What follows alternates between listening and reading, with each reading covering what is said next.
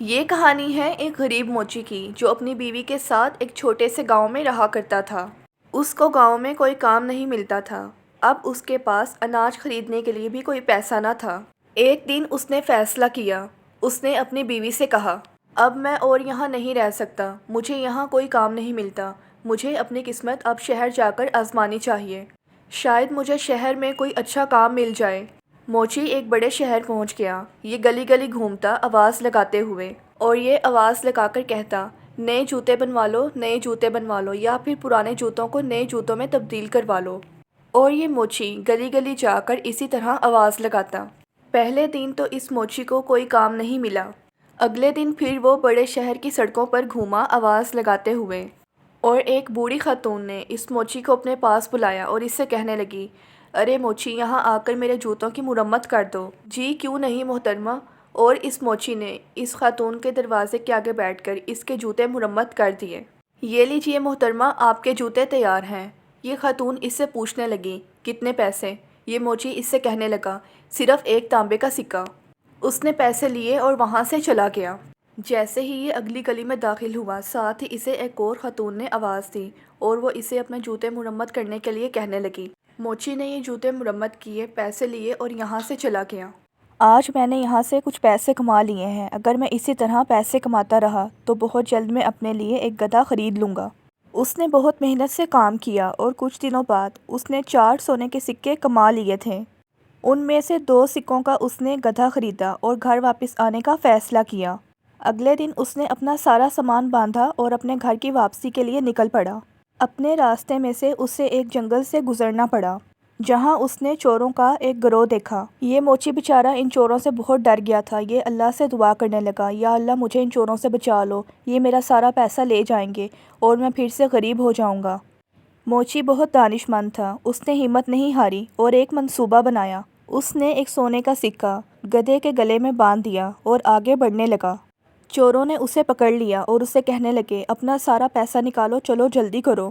موچی ان چوروں سے کہنے لگا، میں ایک غریب موچی ہوں، میرے پاس اس گدھے کے علاوہ اور کچھ نہیں ہے، مہربانی کر کے آپ مجھے جانے دو۔ جیسے ہی یہ گدھا بولا، اس کے گلے سے یہ سونے کا سکہ زمین پر گر گیا۔ یہ چور موچی پر غصہ کرنے لگے اور اسے کہنے لگے، اگر تم واقعی ہی غریب ہو تو پھر یہ سونے کا سکہ تمہیں کہاں سے ملا؟ یہ سب چور موچی کو مل کر مارنے لگے۔ یہ موچی ان سے کہنے لگا، ٹھیک ہے، میں تمہیں بتاتا ہوں، دراصل یہ گدھا سونا پیدا کرتا ہے، اسی طرح مجھے سارا پیسہ ملتا ہے۔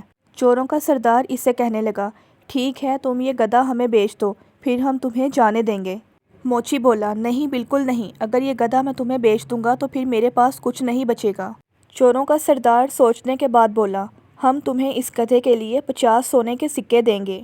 موچی بولا، ٹھیک ہے، مجھے منظور ہے، مگر توجہ دینا، تم اس گدھے کو باری باری سب اپنے ساتھ رکھنا، ورنہ آخر میں تم پیسوں کے لیے لڑتے رہ جاؤ گے۔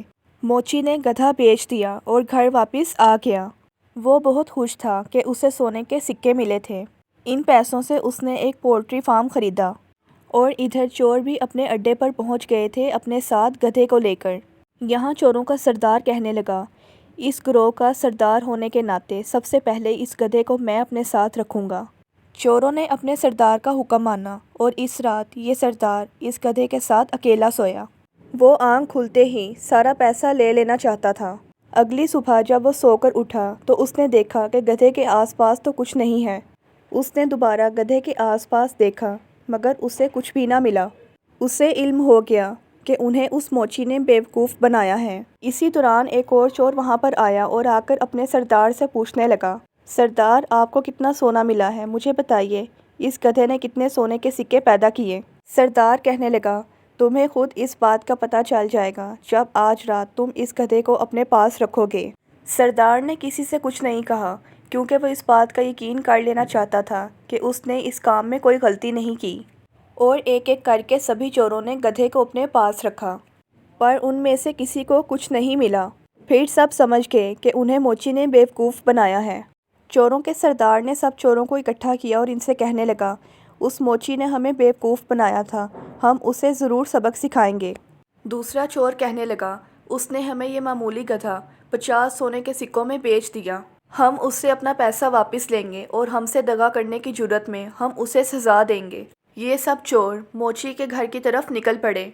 وہ فارم میں کام کر رہا تھا۔ اس نے چوروں کو آتے دیکھا۔ وہ فوراً اپنے گھر آیا اور اپنی بیوی سے کہنے لگا، میری بات غور سے سنو، جب وہ چور یہاں آئیں اور وہ آ کر میرا پوچھے تو تم انہیں میرے بارے میں بتانا کہ میں کھیتوں میں کام کر رہا ہوں، پھر ہمارے کتے کو بھیجنا مجھے بلانے کے لیے۔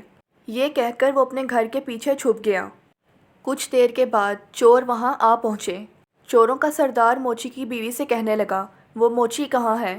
ہم اس سے ملنا چاہتے ہیں۔ موچی کی بیوی ان سے کہنے لگی، وہ فارم پر گئے ہیں کام کرنے کے لیے، میں اپنے کتے کو بھیجتی ہوں ان کو بلانے کے لیے۔ وہ اپنے کتے کو بلا کر کہتی ہیں کہ جا کر اپنے مالک کو بلاؤ اور انہیں جا کر بتاؤ کہ کچھ لوگ ان سے ملنے آئے ہیں۔ سردار حیران ہو گیا اور موچی کی بیوی سے کہنے لگا، کیا یہ کتا تمہارے شوہر کو یہاں لے آئے گا؟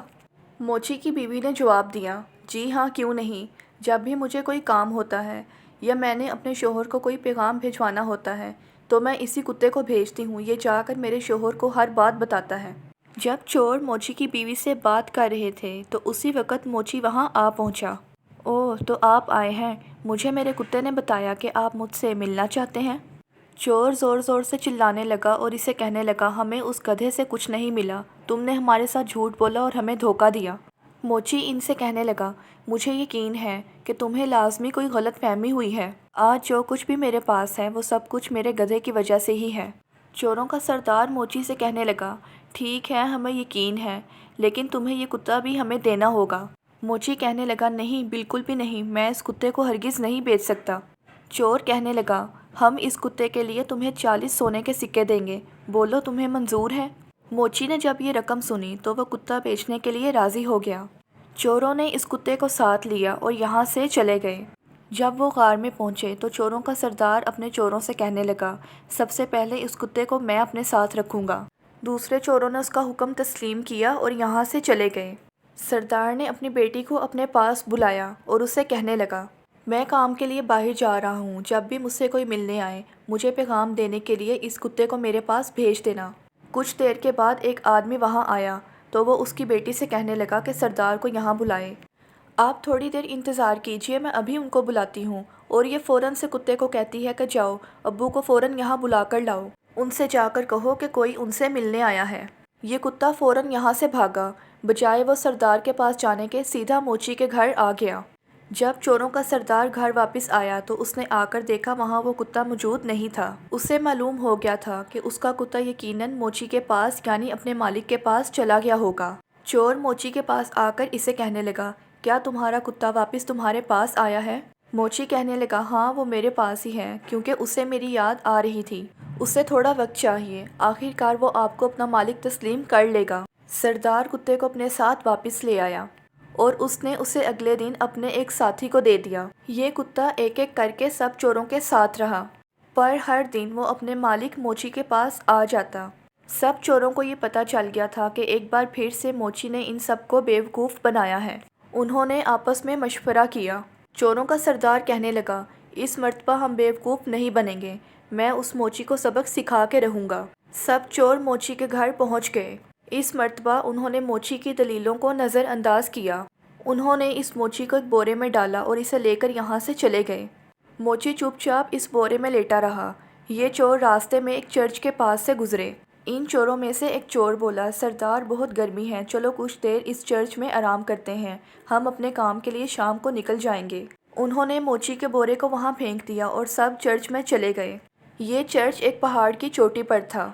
ایک آدمی اپنے کتوں کو لے کر وہاں سے گزر رہا تھا۔ جب موچی نے کتوں کے بھونکنے کی آواز سنی تو اسے ایک ترکیب سوجھی اور اس نے بلند آواز میں چیخنا شروع کیا اور یہ کہنے لگا، میں یہ نہیں کروں گا، میں یہ نہیں کروں گا، مجھے بخش دو، مجھے جانے دو۔ کتوں کے مالک نے موچی کی آواز سنی اور وہ موچی کی طرف آ کر اس سے پوچھنے لگا، ارے بھائی، تمہیں اس بورے میں کس نے بند کیا ہے اور تم کیوں چلا رہے ہو، کیا بات ہے؟ موچی کہنے لگا، میرے گھر والے میری شادی زبردستی کروا رہے ہیں شہزادے کی بیٹی کے ساتھ، مگر میں یہ شادی نہیں کرنا چاہتا۔ یہ آدمی موچی سے کہنے لگا، کیا تم پاگل ہو؟ اگر میں تمہاری جگہ ہوتا تو فوراً شہزادے کی بیٹی سے شادی کر لیتا۔ موچی نے جواب دیا، اگر ایسا ہے تو آؤ، میں تمہیں اس بورے میں ڈال دیتا ہوں اور تم جا کر اس شہزادے کی بیٹی سے شادی کر لو۔ یہ آدمی حیران ہو گیا اور کہنے لگا، کیا سچ مچ ایسا ہو سکتا ہے؟ موچی نے جواب دیا، ہاں، کیوں نہیں، لیکن سب سے پہلے مجھے تو اس بورے سے باہر نکالو۔ اس آدمی نے موچی کو بورے سے باہر نکالا اور خود وہ اس بورے میں گھس گیا۔ موچی نے اسے باندھ دیا اور اس کے کتوں کو لے کر یہاں سے چلا گیا۔ شام کو چور چرچ سے باہر آئے، بورے کو لیا اور یہاں سے چلے گئے۔ تھوڑی دور جا کر ان چوروں نے اس بورے کو کیچڑ میں پھینک دیا اور یہاں سے چلے گئے۔ واپس آتے ہوئے انہوں نے موچی کو سڑک پر دیکھا۔ اسے دیکھ کر وہ حیران رہ گئے اور اسے پوچھنے لگے، تم یہاں کیسے پہنچے؟ یہ موچی ان سے کہنے لگا، جس کیچڑ میں آپ لوگوں نے مجھے پھینکا تھا اس کے نیچے ایک جادوئی جگہ تھی اور وہاں بہت زیادہ سونا بھی تھا۔ اس جادو کی مدد سے میں باہر آ گیا اور اپنے ساتھ بہت سارا سونا بھی لایا ہوں۔ چوروں کا سردار موچی سے کہنے لگا، چلو ہمیں بھی اس جادوئی جگہ پر لے چلو اور خبردار اگر اس مرتبہ تم نے ہمیں بیوقوف بنایا تو۔ چوروں کا گروہ موچی کے ساتھ اس جگہ پر پہنچ گیا۔ موچی ان سے کہنے لگا، اگر تمہیں سونا چاہیے تو تمہیں خود کو بورے میں بند کرنا ہوگا۔ سبھی چوروں نے خود کو بورے میں بند کر لیا۔ موچی نے ان سب کو کیچڑ میں پھینک دیا اور ہنستے ہوئے وہاں سے چلا گیا۔ آخر کار موچی اپنی بیوی کے ساتھ ہنسی خوشی زندگی گزارنے لگا۔